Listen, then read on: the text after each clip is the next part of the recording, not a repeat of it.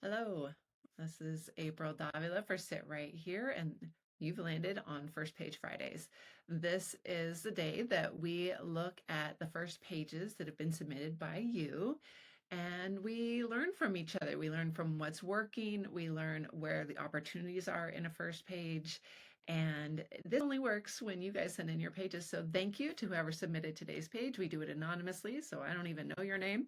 If you would like to send in your first page, if this isn't yours, there is a link in the comments where you can send in your first page, again, anonymously.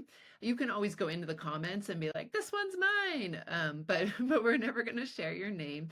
And the idea here is that it's a very safe space, a place for us all to learn as writers together. So let's go ahead and jump in.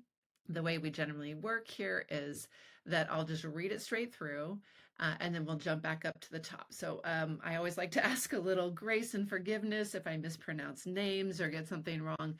I'm doing my best here. So let's jump in. Callie fidgeted in her seat and wondered, not for the first time that night, what in the world had possessed her to be in this particular karaoke bar at this time. Usually her instincts steered her correctly, but after over an hour of tone-deaf tunes she barely recognized, she was ready to ignore those instincts and seek out a more auditorially pleasing venue. Maybe a monster truck rally? Get off the stage! You suck! Various other voices shouted similar and less polite sentiments. The crowd apparently shared her opinion of the singers, but unfortunately their shouts were no more pleasing to her ears than the strident voices they were jeering. At least no one was expecting a CMA award-winning performance. Each singer seemed to enjoy the crowd's heckling, some even bowing as though they'd received a standing ovation. Then they dragged themselves back to their seats to join in reviling the next performer. Callie, apparently, was the only one who had set herself up for disappointment by expecting to find talent here. She wrinkled her nose at the smell of the alcohol that permeated the place. Dionysus would have been appalled at the libations offered in this establishment. Her own drink, bought early on to satisfy a hovering bartender, sat untouched. Liquid courage had fueled many of the singers who had disgraced the stage that night, their clothes practically sodden in the stuff that had them convinced they could carry a tune as well as they could hold their liquor. So some very nice writing in here. I like that last line in particular. Um, Great. Okay, let's jump up to the top. I love that we get our main character right off the bat, Callie. We and we're in third person. I would love to, by the end of the first page, I love a hint of who Callie is. I mean, aside from a highly discerning listener at the karaoke bar, I would be curious if there's any opportunities here to give us a hint of how old is Callie. Um, I don't like anything you can tell us about this person. Are they blonde, brunette? Are they I mean, it seems like they're not drinking. We learned that about them. They bought they bought a drink to satisfy the bartender, but they haven't really touched it. Um and we do kind of get a sense that this person is at the karaoke bar with like an actual purpose. Like that's what I'm getting from this. My hope would be that this is a story about someone who's in the music industry and maybe looking for like the next big thing, right? And which also kind of begs the question of like, why are they in a karaoke bar if they must know that this is not where they're going to find like the next big thing. So it's interesting that like I don't like it's not quite fitting together for me, but the writing is really solid, and in a way that discongruent those discongruent the discongruent parts are actually making me more curious. I would definitely turn the page and keep reading on this, but I think I would love to get a little more detail about this character specifically, and also a little bit more of the setting. Um, we don't get much about the bar, so she fidgeted in her seat. Is she, but then it says she's at the bar. So is she, her own drink? Oh no, it doesn't say she's at the bar. So I'd be curious to get a little more of the setting. Like, is she in a seat in the back? Is she on a bar stool at the bar? Is she sitting right up front? She says, not for the first time, wondering what in the world had possessed her to be in this particular karaoke bar at this time. I would like to know a little bit more about this particular karaoke bar. Usually her instincts steered her correctly. Okay, so this is why I'm starting to get the feeling like this is someone who's actually looking for talent. But after an hour of tone-deaf tunes, she barely recognized she was ready to ignore those instincts and seek out a more auditorially pleasing venue. Um, and this is funny. This is good voice. Maybe a monster truck rally. I'm not sure why it's in italics. You don't necessarily have to set that apart, but get off the stage, you suck. I don't know who's actually singing at this point. So these are the details I'm talking about. Like maybe give her a moment of like, instead of generally being at the bar that night, maybe have one particular singer up on stage. So here when it says each singer seemed to enjoy the crowd's heckling. So you're painting kind of a broader, like this is what's happening through the night. I think it will land a little more strongly if you can make it specific. Um, so maybe she's sitting there. Usually her instincts steered her correctly, but after an hour of tone-deaf tune, she barely recognized she was ready to ignore those instincts and seek out a more auditorially pleasing venue, maybe a monster truck. Then a young woman in a red dress gets up on the stage, and I hear the opening bars of whatever song. I like to, with my karaoke go-to used to be The Gambler. Love that song. But like a specific singer and a specific song, and then the crowd can say, like, get off the stage. Even if we don't know who's yelling that, can you give us a sense of, there's opportunity here to give us a sense of the audience, which will in turn give us a sense of where we are in the world. Like if you have, I'm picturing like a karaoke bar in New York after hours is different than say like the happy hour crowd in Texas at a karaoke bar.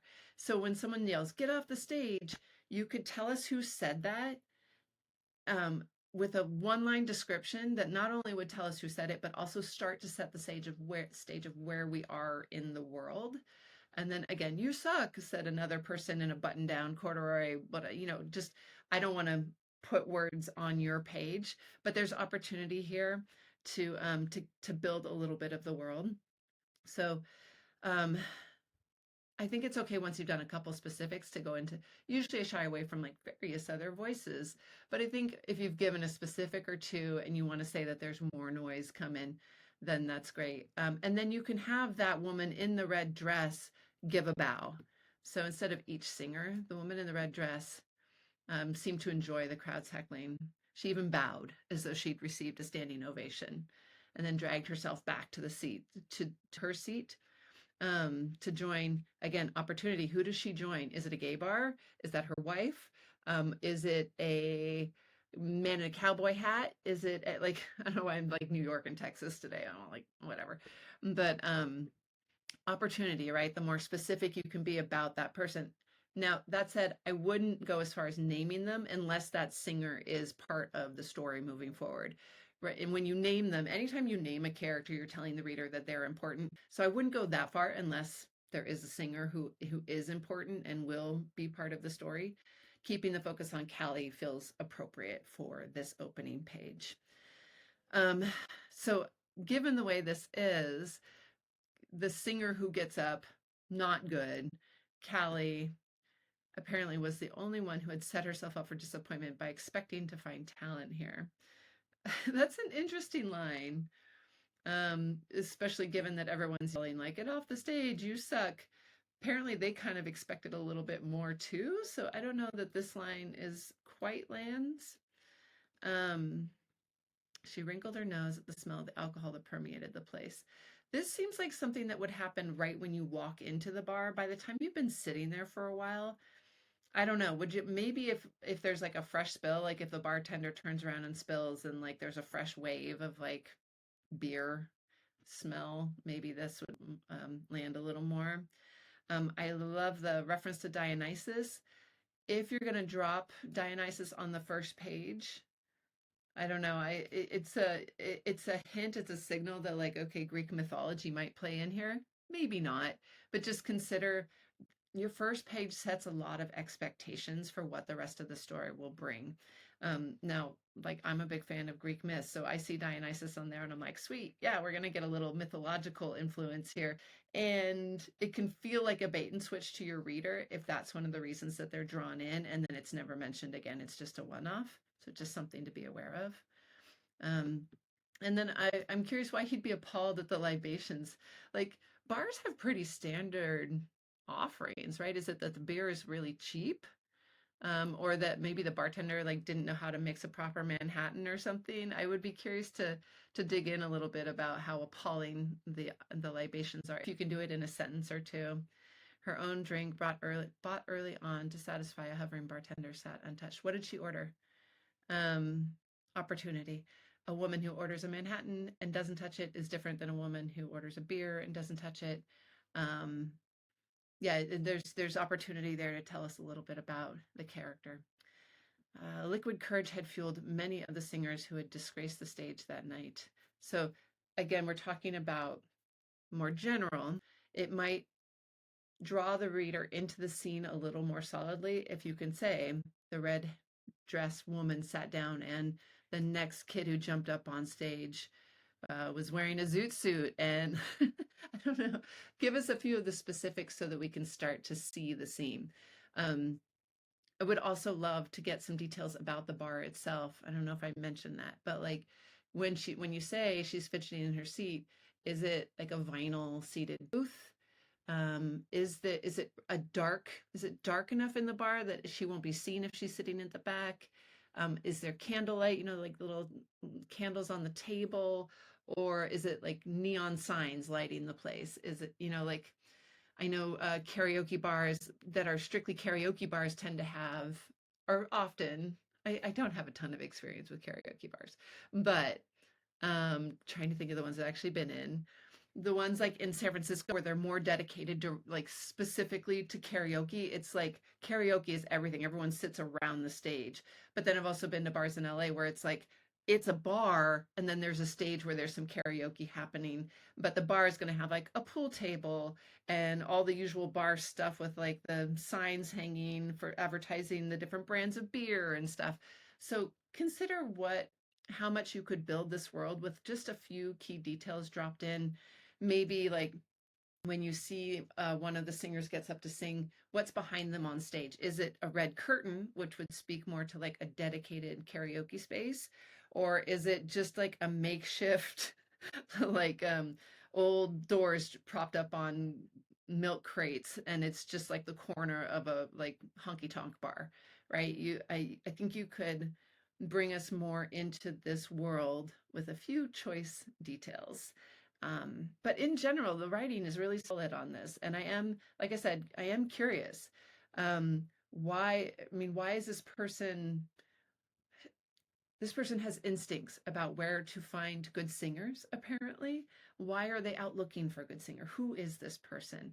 I would keep reading. Within a page or two, I would want to know more about Kelly. So maybe think about how you could drop in some details for her. Why is she looking for talent? Who does she envision being the perfect fit? Does she find them? These are good questions. These are the questions you want your readers asking. Just don't leave them hanging too long. Start to answer those questions. Who she is, what she cares about, what is she after, like what's the big goal of this story. And yeah, I don't know that I have a whole lot else to say about this first page. I would be very curious to read more. Good work. All right, so if this isn't your page, like I said, and you would like to have your first page critiqued, please feel free to check out the link that is in the notes below the video. Send us your first page, and maybe next time this page will be yours. And thank you to the writer who sent this in. This doesn't work without your guys' submissions. Cheers. See you next time.